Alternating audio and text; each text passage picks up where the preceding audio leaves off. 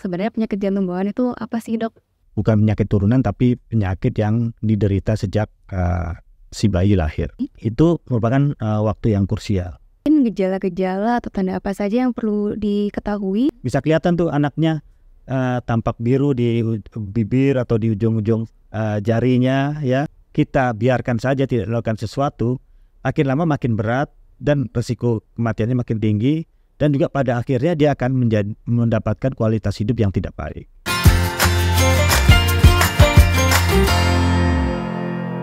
Assalamualaikum warahmatullahi wabarakatuh. Selamat pagi kepada seluruh sobat sehat RSCM. Perkenalkan, saya Dr. Nimade Aisintia Damayanti. Saya adalah seorang PPDS bedah toraks kardiak dan vaskular, Fakultas Kedokteran Universitas Indonesia. Pada hari ini kita akan membahas tentang topik yang sangat menarik, yaitu adalah penyakit jantung bawaan. Tentunya kita tahu bahwa penyakit jantung bawaan itu bukan penyakit yang bisa kita sepelekan. Masyarakat, khususnya orang tua, perlu memiliki pemahaman yang baik mengenai penyakit jantung bawaan agar dapat mengenali tanda-tandanya dan juga dapat memahami mengenai terapinya. Hari ini kita sudah bersama pakarnya, Dr. Suprayitno Wardoyo, spesialis bedah toraks kardiak dan vaskular, subspesialis jantung pediatrik kongenital konsultan. Selamat pagi dokter. Pagi Dr. Ayu. Bagaimana kabarnya dokter? Alhamdulillah baik. Baik. Jadi hari ini kita akan diskusi tentang penyakit jantung bawaan ya dok ya. Siap. Mungkin sebelum kita mulai, dokter mau menjelaskan terlebih dahulu dok, sebenarnya penyakit jantung bawaan itu apa sih dok? Ya, terima kasih Dr. Ayu atas undangannya ya. Jadi yang disebut penyakit jantung bawaan atau ada yang istilahkan kelainan jantung bawaan. Saya lebih suka dengan kata istilah kelainan jantung bawaan. Ya, jadi kelainan yang didapat sejak bayi. Jadi begitu lahir sudah mengalami kelainan jantung bawaan. Ya, kelainan jantung bawaan ini sendiri bukan penyakit turunan ya. Jadi tidak diturunkan oleh orang tua yang menderita kelainan jantung. Ya, jadi memang siapapun bisa mengalami atau mempunyai kelainan jantung bawaan. Tentu dengan beberapa faktor risiko yang bisa diyakini menjadi penyebabnya. Jadi bukan penyakit turunan tapi penyakit yang diderita sejak si bayi lahir. Baik, berarti dari bayi dalam kandungan dan lahir itu sudah ada gangguan mungkin di dindingnya gitu ya dok ya, atau di katupnya gitu dok? Iya, jadi di trimester pertama ya atau 3 bulan pertama si ibu mengandung itu merupakan waktu yang krusial ya, di mana terdapat pertumbuhan dan perkembangan dari organ jantung. Nah, disitulah bisa terjadi kelainan pertumbuhan jantung dari yang normal. Faktor-faktor tentu banyak ya yang menjadi faktor risiko yang bisa kita kaitkan ya. Bisa infeksi dari si ibu selama mengandung, kemudian juga ada faktor kebiasaan si ibu mungkin ya, faktor mengkonsumsi obat-obatan dalam jangka waktu lama ya, obat-obat terlarang juga bisa ya, kemudian alkohol dan juga kemudian kebiasaan merokok juga disebut-sebut menjadi faktor risiko terjadinya gangguan pertumbuhan dan perkembangan jantung selama persalinan, selama kehamilan. Berarti dari ibunya juga harus berhati-hati ya dok ya sama kehamilan untuk mengurangi faktor risiko tersebut.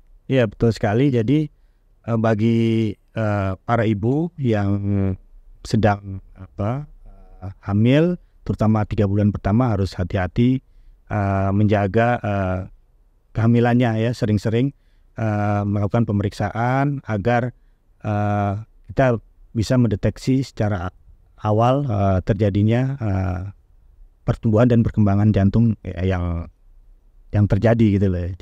Jadi bisa kita deteksi secara awal. Sebenarnya penyakit jantung bawaan ini sering terjadi atau kasus yang langka sih dok?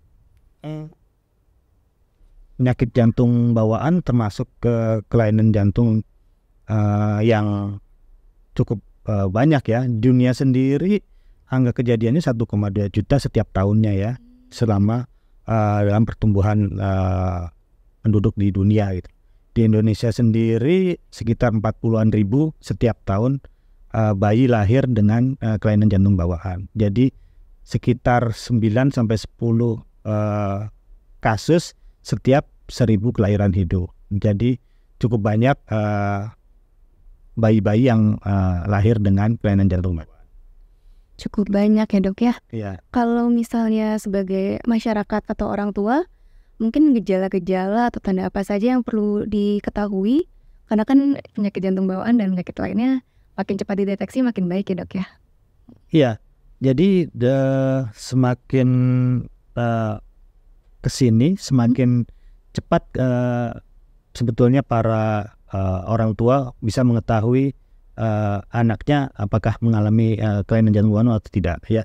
Jadi selama dalam kandungan sudah bisa dideteksi apakah jantung si anak normal atau tidak ya, dengan pemeriksaan USG feto maternal sudah bisa dideteksi perkembangan dan pertumbuhan jantung itu apakah normal atau tidak.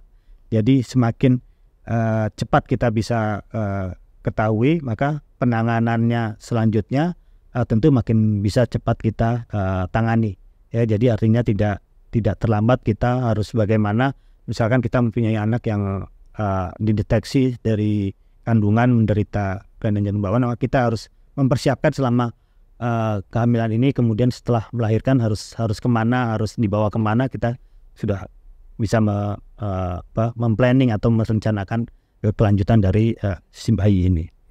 Baik, melanjutkan dari situ dok. Berarti kalau misalnya seseorang gitu menyadari dirinya punya gejala-gejala atau dia lihat anaknya ada gejala-gejala kelainan jantung bawaan, kira-kira apa saja yang harus dilakukan dok? Ya, kelainan jantung bawaan sendiri sebetulnya terbagi dua kelompok besar ya. Ada yang kelompok tidak biru dan kelompok biru ya.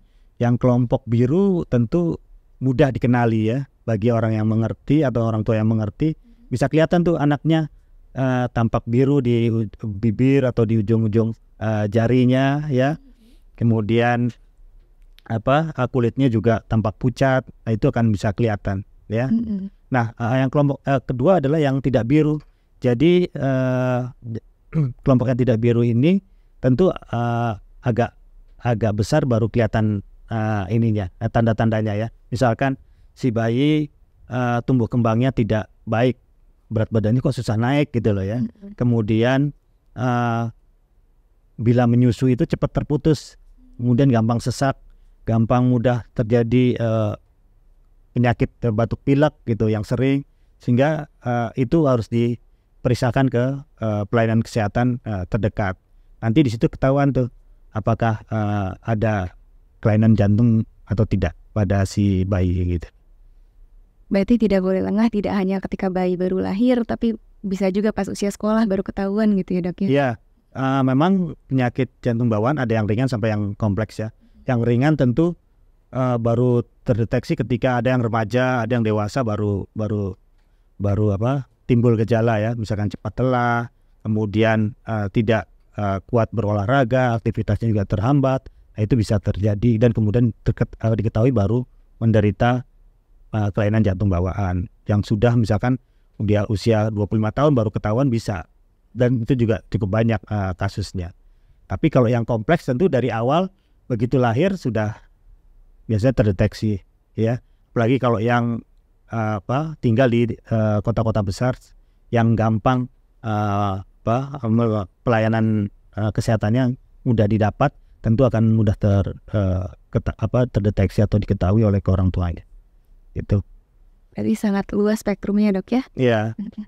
Jadi kalau misalnya sudah merasa kalau dirinya memiliki kelainan jantung bawaan, terus memeriksakan diri ke rumah sakit, itu kira-kira pemeriksaan apa saja yang bisa diharapkan gitu oleh pasien? Iya, kalau yang ringan tentu di tingkat kabupaten sudah bisa sudah bisa ditangani gitulah ya. Dengan pelayanan yang memadai tentu bisa ditangani.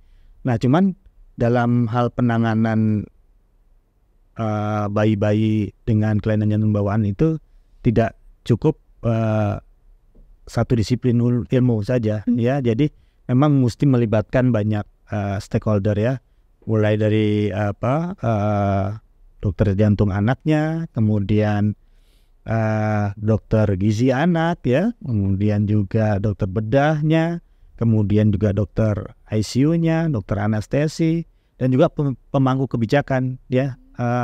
Jadi dari manajemen rumah sakit juga harus menunjang atau mensupport pelayanan jantung terpadu lah ya, kan nggak bisa hanya sendiri-sendiri, jadi harus terpadu semuanya. Jadi harus melibatkan banyak pihak gitu, terutama juga pemerintah daerah untuk bisa membuat atau mendirikan rumah sakit yang mempunyai fasilitas untuk penanganan anak-anak dengan kelainan jantung bawaan ya. Jadi kalau misalkan orang tua menilai anaknya kok susah banget ininya berat badannya naiknya gitu loh ya. Jadi ada apa gitu, kemudian dibawa ke puskesmas aja dulu ya, ke puskesmas. Nanti dokter umum di sana bisa mendeteksi apakah ada kelainan dari jantungnya dengan pemeriksaan sederhana ya, dengan pemeriksaan stetoskop melihat bunyi jantungnya, apakah ada bunyi jantung tambahan, apakah ada bunyi murmur ya, atau juga bisa dilakukan pemeriksaan misalkan dengan ronsen ya, apakah ada pembesaran jantung. Hal seperti sederhana itu bisa juga dilakukan di tahap awal ya, di tingkat puskesmas. Kemudian apabila kurang bisa memberikan jawaban ya tentu bisa konsul ke rumah sakit yang lebih tinggi dari puskesmas, ya rumah sakit daerah ya. Di situ mungkin ada fasilitas yang lebih baik ya, bisa dilakukan pemeriksaan ekokardiografi ya. Di situ kan terlihat apakah betul ada defek atau kelainan jantung di jantung bawaan pada si bayi gitu.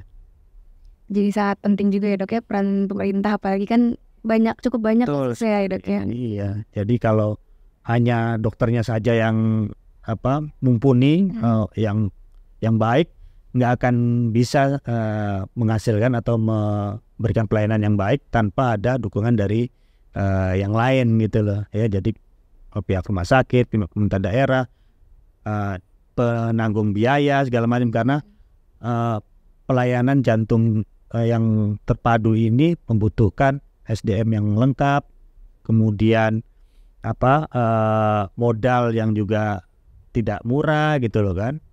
Ya inilah padat modal dan padat SDM kalau untuk memberikan pelayanan jantung yang baik gitu. Sama halnya dengan dokter-dokter umum di daerah ya dok ya, tidak boleh lalai untuk kasus ini. Itu memang concern kita juga bagaimana memberikan pelatihan-pelatihan bagi teman sejawat di lini pertama ya, di puskesmas untuk bisa mendeteksi dini kelainan jantung bawaan ya. Selain itu juga memberikan terus edukasi kepada masyarakat agar waspada terhadap kelainan jantung bawaan ini apabila terdapat tanda-tanda yang sudah disebutkan tadi. Dan juga jangan lupa edukasi untuk terus hidup sehat ya, pola makan, pola hidup yang baik, kemudian juga saat mempunyai anak juga harus diprogram tuh usia si ibu waktu saat melahirkan juga harus ditentukan, jangan lebih dari kalau bisa jangan lebih dari 35 tahun ya kan, dan jangan kurang dari 20 tahun gitu kan. Jadi range itulah yang harus terus diedukasi agar mempunyai anak yang berkualitas nantinya. Lalu misalkan nih dok, udah dikenali pasiennya ternyata mengalami kelainan jantung bawaan, untuk saat ini khususnya di RSCM, penanganan apa saja yang biasa sudah dilaksanakan di sini dokter? RSCM salah satu center pelayanan jantung terpadu yang sudah cukup baik ya. Di sini mulai dari pemeriksaan diagnostik ya, baik dengan pemeriksaan sederhana, pemeriksaan fisik, kemudian pemeriksaan penunjang dengan EKG, ronsen, kemudian ekokardiografi, sampai kateterisasi serta intervensi sudah sering dilakukan di sini. Dan juga pembedahan juga sudah sangat banyak dilakukan di sini. Jadi memang khusus untuk pelayanan jantung anak ya, pembedahan terutama, memang di Indonesia ini masih cukup terbatas ya, hanya di kota-kota besar, di Jakarta dan di kota besar yang lain memang sudah. Tapi kalau untuk yang sangat kompleks tentu makin sedikit rumah sakit yang bisa melayani kelainan jantung bawaan yang kompleks ya. Mungkin di harapan kita di RSCM dan beberapa rumah sakit yang sudah mengkhususkan diri untuk rumah sakit jantung bisa gitu loh. Tapi untuk di daerah agak susah ya, karena memang dibutuhkan tadi saya bilang SDM yang baik, kemudian modal dari pembiayaan yang juga harus tersedia, dan juga harus siap-siap bahwa sebagian besar pembiayaan itu masih dari asuransi BPJS ya. Jadi sedangkan pembiayaan itu belum tentu mencukupi untuk kebutuhan pelayanan. Jadi harus dipikirkan bagaimana memberikan pelayanan yang tidak merugikan rumah sakit. Itu. Ya. Apalagi kan untuk operasi jantung kelainan jantung kongenital ini kan alat-alatnya khusus ya dok ya. Betul sekali. Alatnya banyak dan ya itu tadi dibutuhkan banyak SDM yang memang expert di bidangnya, dan itu juga nggak tersedia banyak gitu loh ya. Jadi karena tempatnya sedikit, sementara yang di daerah kasusnya begitu banyak, dibawa ke Jakarta antriannya banyak, jadinya pelayanannya terhambat di situ ya, karena di center-center di daerah belum mampu untuk menyelenggarakan pelayanan jantung kongenital yang kompleks ya. Kalau yang sederhana mungkin bisa ya, tapi kalau yang sudah kompleks mungkin agak susah. Di samping tadi masalah pembiayaan yang harus dipikirkan juga oleh rumah sakit gitu. Mungkin ini satu yang banyak dipikirkan oleh masyarakat tuh. Orang-orang kan kalau dengar operasi jantung tuh takut gitu ya dok. Sebenarnya operasi pada kelainan jantung bawaan itu seberapa berbahaya sih dok? Ya, kalau dikatakan berbahaya sih bisa debatable lah ya. Dalam artian gini, kita ingin memperbaiki sesuatu, tapi ada risikonya, memang ada risikonya. Dan risikonya itu sebagai manusia tidak bisa 100% kita ketahui akan terjadi atau tidak, ya kan? Kita hanya berdasarkan pengalaman bahwa kalau kita melakukan ini, risikonya itu gitu. Ya, misalkan kita operasi penyakit jantung bawaan, ya. Risiko yang paling berat ya tentu kita tidak berhasil, dalam artian misalkan sudah terlambat dilakukan tindakan operasi, tentu risikonya makin besar ya. Bisa terjadi keadaan yang fatal, yaitu sampai kematian bisa ya. Tapi yang kalau misalkan dia dioperasi dalam keadaan yang ideal, risikonya sangat kecil sebetulnya ya. Tapi walaupun kecil itu bisa terjadi, misalkan gangguan irama, kemudian infeksi, perdarahan, segala macam itu bisa terjadi ya. Cuman kan kalau kita biarkan saja tidak melakukan sesuatu, makin lama makin berat dan risiko kematiannya makin tinggi, dan juga pada akhirnya dia akan mendapatkan kualitas hidup yang tidak baik ya.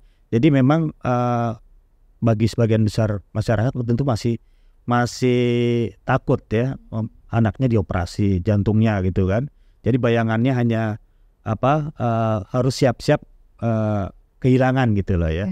Padahal kalau kita melakukan tindakan itu pada waktu yang baik, yang tepat, angka keberhasilannya sangat tinggi ya.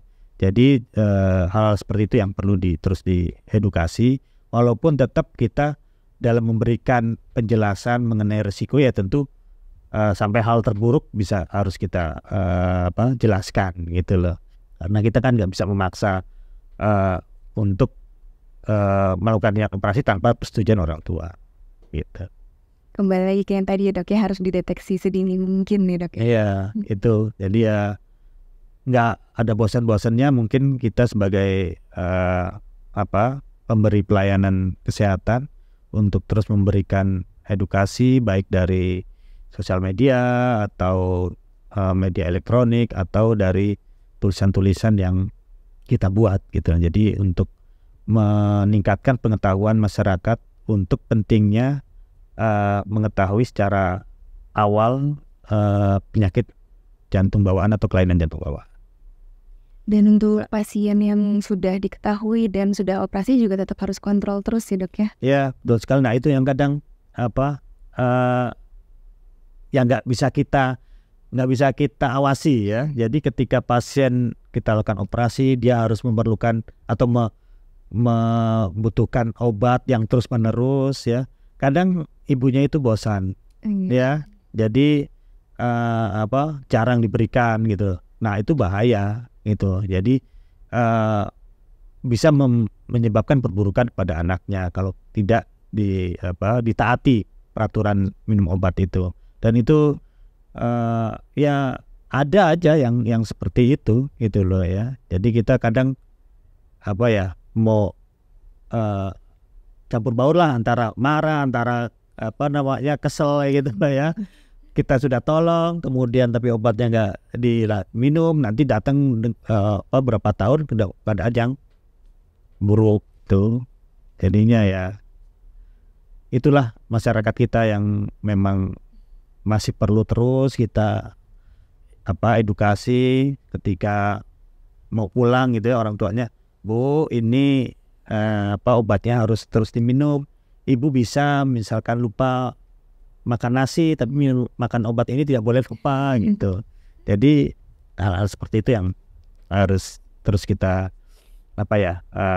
tanamkan dalam pikiran si orang tua. Perlu diingatin terus ya dok ya, peran keluarga juga sangat besar dalam kesembuhan anak. Mungkin sebelum kita tutup dok, apa ada pesan take home message atau pesan-pesan penutup yang perlu diingat oleh masyarakat yang sedang mendengarkan? Ya, bagi